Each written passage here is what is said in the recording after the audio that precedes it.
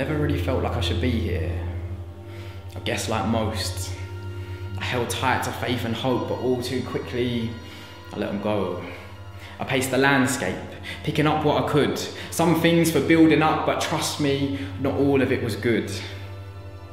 There was a time, I was so high. I walked the plains of knowledge that led to the faith-filled sky, and I climbed high and higher still, from the rolling foothills of questions to the peaks of understanding, and still looked on in awe at the wisdom to come. I took a little bit of shade from the sun.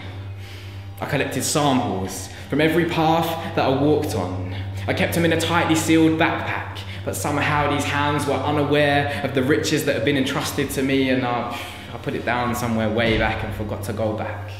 I lost it along the way. I'd left these hands so far outstretched, trying to catch something in the light of day, that I missed it altogether. And I didn't even realise until I saw the day fade away, and I got lost in the night. I took rest on a rock, void of all hope. I'd slipped and fallen so many times that I swear my feet were broke. I got stuck in the product of the best made plans. They seemed to litter the entire expanse of the lands.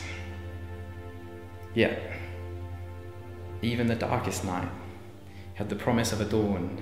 See, no matter how dark the night is, there is always a morning. I heard a whisper from the stream. It offered to carry me for a while, and that stream with its passion and its motion became my only strength for a while. It gave me safe passage down through the mountain. It took me through the thickest forest of tragedy to the reality that had yet to been revealed to me, right up to the edge of an oasis of possibility. And that night, trust me, you partied hard with everything created, for everything that was yet to be. The river brought me to the edge, but it was the breaking day that rescued me. It even illuminated a path that I had yet to see, and laid a path right through the middle, just ready for me. But of course it was me that had to walk it myself. So I stumbled along, the very best that I could, until all of the madness had cleared away, and I was left in a valley. Now they say, in times gone past, hope had been grown in the trees, yet here it stood, barren and empty, all but a boy, sat cross-legged in the midst of the bleakest surroundings. He didn't even notice me. He was sat somewhere between what was and what is yet to be. He had his hands outstretched desperately, trying to catch the wind. You see, no one had ever told him that he couldn't. He had a backpack of tightly sealed jam jars, and he was waiting patiently, desperately, trying to catch the wind.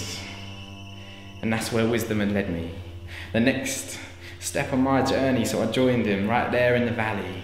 And we both sat cross-legged on the floor, with our hands outstretched to the sun expectantly, trying to catch the wind.